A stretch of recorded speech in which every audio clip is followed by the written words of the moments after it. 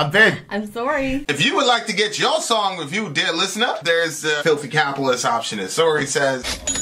125 gets you straight to the head of the line. You don't have to be a part of the alliance. You don't have to be part of the group. Wait a minute. And the biggest thing is you don't have to wait. You hop, skip, and jump right in front of everybody. 125 gets you there. You do that 3 times, and you get mashed down to the $75 rate for perpetuity. Yes! Also, there is a band review option. So if you've got a band and you're trying to get your band some exposure, hit me up at vinsori@gmail.com, and I'll show you the details about how to pull that off. You can also jump on Patreon, and there is a option on the tiers to be able to get your band reviewed. Yep. Obviously, we can't lie to you, so we can't guarantee a positive review. Get what you get. It's just rubbish. Rubbish. Rubbish. That's British for garbage. My favorite is the community option. $1 at the gate gets you in at Patreon. You get to join an alliance. The alliance joins their points together, and that helps determine what songs that we do. The alliances hang out on Discord.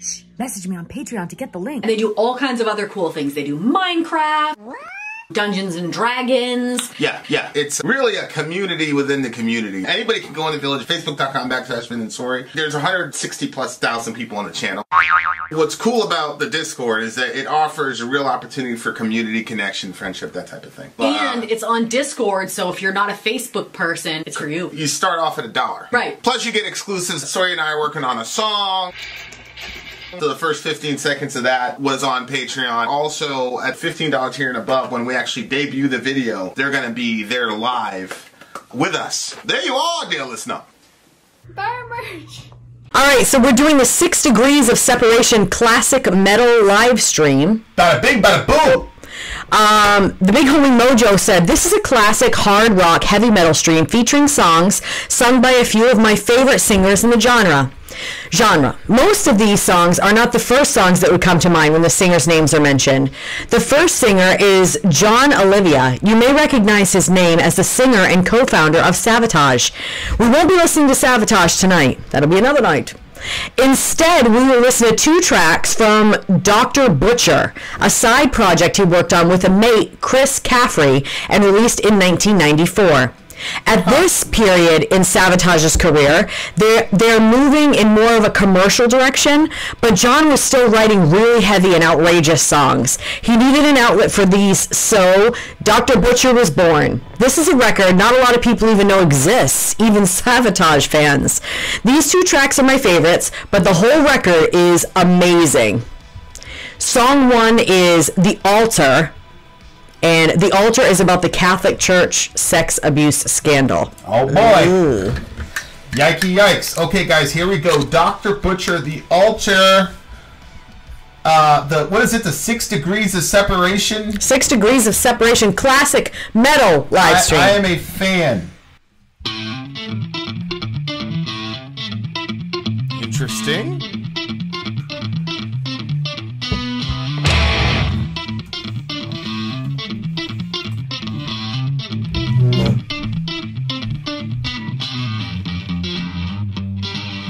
Stained glass lights the way. On the knees, the congregation prays. Collection plate is passed away. Jesus looks down from the sky. A tear fills his eyes. In the fires of hell, you're all repay.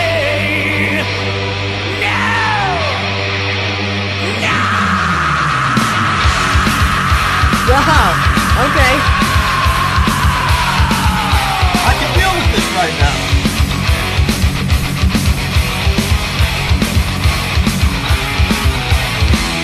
In the rectory basement of sin, I'm ready to begin. Sunset in the eyes.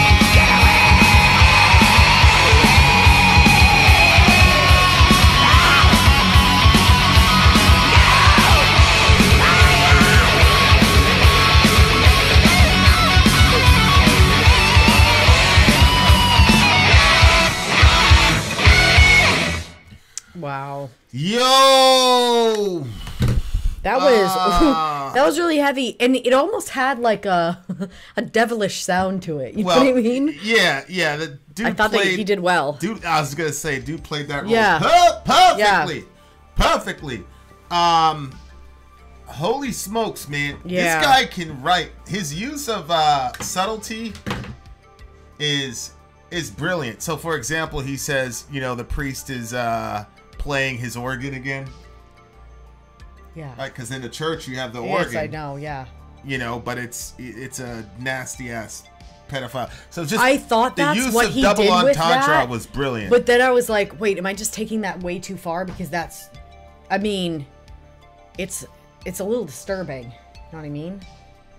Well, it's very disturbing. I mean, it's just the way it's worded. It was a little shocking. priests.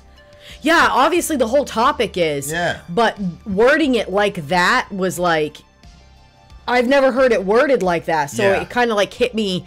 I was like, wait, am I taking this like in a different route than what they meant? But you made a reaction when that part came up. So I'm like, first you made a reaction when that part came up, and I was like, wait, what does that mean? And then I read it, and then I was like, okay, well, what would make Vin make that face? And then that was literally the only explanation that I could come up with. Yeah. And I was like, Yeah, I think, it was clearly a double entendre. But, like, that wasn't the worst of it. I mean, here, searching, Mother Mary finds the tunnels of love, touching in the name of the Lord above. I mean, that... oh, God. That is probably the most blasphemous line of all. Mother Mary is searching to find the tunnels of love. Yeah. Which actually makes... Which is an interesting twist, because it actually makes the nun, and a nun also a perpetrator. Because it's saying Mother Mary searches until she finds the tunnel of love. Mary is feminine. So, I mean, he could be metaphorically just saying that Mary and God are like the main icons of the Catholic Church. Or he could be saying that because just as the priest stands in the place of Christ, that the nun would stand in the place of Yeah, Mary. maybe you're right. I didn't think that. I just thought it was like, you know how they'll say, like, there was that documentary, what was it called? The Seeker. It was like somewhere, Keepers. The Keepers. Yeah. Or The Keepers, or just Keepers? I think it's called Keepers. And it was about this topic, and it was absolutely horrific to hear. It was really, really terrible. In fact, if I wasn't watching with you and that other person, I would never have even finished it, probably. Yeah. But, there was like a lot of, and you kind of hear this where they'll make it seem like, well, they're holy and they're going to give you their holiness, and then this is the way that happens. And so when it said Mother Mary finds the tunnel of love touching, I didn't know if he was even not just saying, remember how the guy was basically saying, like, if for you to get the holiness that God has, I have it in me, and I have to do this to you to be able to pass it to you. Yeah. So I didn't know if they were invoking Mary in the situation as well, and say that Mary through me touches you to find the tunnels of life. You know what I mean? Like, I've not heard, maybe it was in that documentary and I don't remember it, but I've not heard of the nuns doing it. Not that it would surprise me that they did. I'm almost certain that the nuns have done it. I'm not surprised. I wouldn't be surprised. I just... The instances of deviancy like that among women are smaller, but they're there. They exist. Yeah. And that is a perfect environment for that type of that's just stuff to exist. Especially, I would actually venture to say that stuff probably happens more frequently among women than it does among men. Actually, you put a bunch of women together and there's this crazy authority structure and there's no men there. Please. I'm almost certain that's par for the course, because my theory with women in that issue already anyway. Yeah, you're saying women with other women. You're not saying women with children. Well, I mean, look, a lot of these nuns, when they come into the convent, they're a year older than Dorian. I mean, he's 16, 17. So, but oh no, same thing with children. Yeah, I believe. Yeah. I think 100%. I think both of them. I think both of them, the priest and the nuns, are doing it. The priest, obviously, and rightly so, get most of the the attention. But you cannot tell me that there isn't. I'm sure if I'd find in 2 seconds if I Googled nun, child molester, that I would find something. Yeah. So, I look, I don't know. I'll tell you what. One thing a couple things is... Zombieholic says, nuns have done just as bad as the priests, some much worse. Oh, God. Yeah, I think... I know how you view those things, but go ahead. Well, at this point, it's more... I don't want it to be so. I want to think that, the kids are a little more safe, around... Oh, God, if that's... Oh, God. Yeah. Okay, so this came out in 1994. So, when I don't remember when was it kind of like? I know that before it. Survivors of sex abuse by nuns, national resources for sex abuse survivors, including nuns. Survivors of sexual abuse by nuns. I mean, it's all over the place for sure. Oh God, that's so sad. So I think the song is about both, actually. Yeah, I mean you're probably right. And the man the women who are using their political capital or religious capital in this context, or perceived capital in this context, to cash in, to take advantage of innocent, unassuming people. Oh yeah. So I remember. Okay, so my family, both sides, my mom and my dad's side, were both Catholic. Like, especially, like, my mom's side was a lot more hardcore Catholic, like, following it, like, religiously, like almost to worship the religion, in a sense, And I remember my friends saying that about the Catholic Church and saying that that the priests were molesting the kids. And obviously I believed it right away because my parents left the Catholic Church and they were Protestants. So that was like, the whole point is you are against the Catholic Church. Like they were very like, Vinny wears his cross and my mother's like, oh God, my mom's a Christian, but the whole Mary thing, it's a very uncomfortable topic for them. So anyway, so I remember my friends saying that was happening and I believed it right away because the way that my parents reacted to Catholicism, I thought, oh, for sure. I mean, wow, I'm not surprised at all. And then I remember being at a certain age and either hearing the discussion taking place or bringing it up myself, and I couldn't tell you, with my grandfather, who's a very hardcore Catholic. And he denied the thing, top to bottom, that was happening in the Catholic Church. Like, that is completely outrageous. That is not happening. And all the other Catholics in the room denied it ardently as well. And then, obviously, you hear it more and more and more and more. And then you start questioning it like, well, wait a minute. Why is everybody saying this? But then you don't know if it's one of those situations where a group of people has been demonized, and so that's why they're saying that about the priest. Although the logic that people were saying made sense to me, they were like, you're taking men and you're putting them in a situation where they cannot have sex, they cannot get married, and they're supposed to live their entire life like that. But Paul in the Bible talked about that some people are gifted that way. It's not something that you're like, but I think that a lot of times from backroom discussions that I was hearing, a lot of times people that already had sexual dysfunctions that was unacceptable in their society, they were told, well, the reason that you're like that is because you're supposed to be a priest. Yeah. So then they landed in situations in power over kids, blah, blah, blah. So again, how much of that I don't know. I never bought that logic. So like these dudes are not able to have sex with women. So they go after the kids? No, I think now... Would they go after each other? Wouldn't it make more sense that the priest would go with the nuns? After each other? Or go after the nuns? Why would it be, I can't have sex, let me go violate a child? That's why the other one made more sense to me. Like, they were already had other problems. Yeah. That was unacceptable, and so they were told, well, you're supposed to be in that field, and then you put them there, and then obviously when it started coming out that this was literally happening and it was inexcusable, it was coming out in like bunches, like newspapers everywhere, like it was an explosion, and we realized, holy shit, this is really happening. Like that was really, really happening.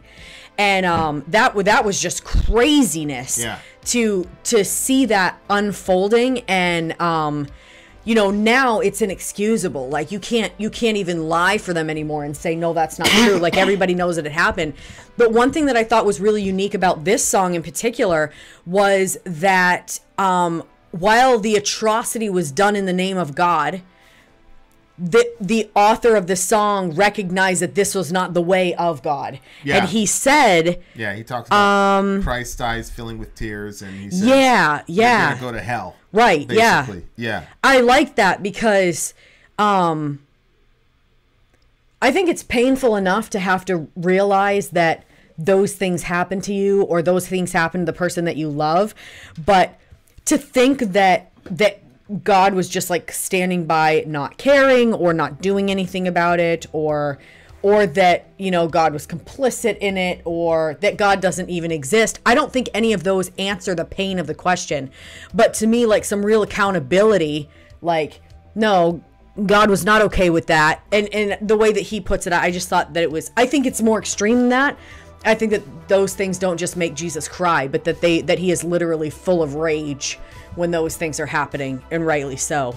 But the last thing I really thought was crazy was the way that he ended the line. So for us, some people are like, the altar? What is the altar? That's so weird. So basically, I'm not super familiar with the Catholic Church's representation of an altar. In a Protestant church, it was, you know, like basically the stage of the church. And so, you know, they would preach a sermon and they might say, if you feel God is tugging at your heart and you feel like you came here for a reason, you can come up to the front and we'll pray with you. You can give your life to the Lord, and you can start like a whole new beginning for your life now. And then they would invite you to come to the altar, and then at the altar you would, you know, people would sit on the floor or stand, or it really was whatever you wanted. And then the leaders of the church would come and pray over you. And so I, for one, had really good experiences for the most part at the altar. So when he said crawl to the altar, play at the altar, and then you couldn't really hear what he was saying, something at the altar, die at the altar, that was just really sad to me, because when you take something that's supposed to be so wholesome and so good and you ruin it with sin to that degree, especially with children, it's, well, I mean, unforgivable is such an, the word doesn't, you know, when you say that's unforgivable, the power behind it is more what I'm trying to communicate. But in this moment, I can't even really, but so that part to me was like, oh my gosh, just like hearing that, because it to me explained a little bit more, like it not explained, but it felt more like the horrible, because I have the positive experiences of the altar. When you say those things about it, it made it more, you know, when somebody finds the perfect word to describe something, you're like, that's the fucking perfect word. Mm-hmm. It was like that, like the way that this crawl to the altar, play at the die, all of it was just so descriptive to me of something that I have such sweet memories of, but that some people have such horrible memories that for a lifetime they have to deal with. It really highlights a crazy sort of principle. So here's you know, Perkinos is talking about Paul's practicality in regard to how he managed sexuality. So Paul tells the Christian church, don't deprive each other physically, except by mutual consent and for a time, so you may devote yourselves to prayer, then come together again so that Satan will not tempt you through your lack of self-control. He's talking about a husband and a wife. Yeah, he's talking about a husband and wife. He's like, listen, you guys, look, you guys want to be all super spiritual or whatever, you're not going to eat food for X amount of days, you're going to abstain from sex, okay? Don't do that a lot, because if you try to make yourself too spiritual and deny all worldly pleasure, you're going to fall into the temptation of the devil. So he says, don't do that for extended, he literally says, don't do it for extended periods of time because it's impractical. Mm-hmm. The devil will get you after a couple days, okay? He then says, hey, I wish everybody was like me, but each has its own gift from God. One has this gift, another has that. What he's saying is he had a special gift to where Paul didn't need sexuality or the specific kind of companionship that a spouse can bring you. And he's saying, that's a supernatural gift that he specifically was given. But that other Christians have different gifts. So Paul did not impose this on people. He didn't say, hey, in order to be super spiritual, then the best thing you can do is be a celibate person for the rest of your life. He didn't even make that a category of what makes you an awesome person. He doesn't say, hey, everybody should be like me because I'm amazing. He's saying, this is a specific gift that I got from God. So he's not even taking any credit for it. He's just saying, I received this as a gift. Now, to the unmarried and the widows, I say this. It's good for them to remain unmarried, as I am. But if they cannot control themselves, let them marry, because it's better to marry than to burn with passion. So Paul is saying, in his mind, the ideal is that you're this gifted person who can do ministry 100% of the time from morning to rising. But he's like, most people aren't like that. So if you don't have that gift, then hurry up and get married so that you don't have all this sexual temptation that you're not going to be able to deal with. So literally, if we were just following the Bible, like, that's literally the trap that they fell into, right? Yeah. Trying to be super spiritual. We're going to, be the mothers and fathers of the church, so we're going to swear off sex forever. Well, then what happens? You swing the other way and you fall into all sorts of deviant traps of Satan. Which it's just a fascinating case study. Like the wisdom. This is why I say, like, that's why I love the Bible, because it's full of so much wisdom. Yeah.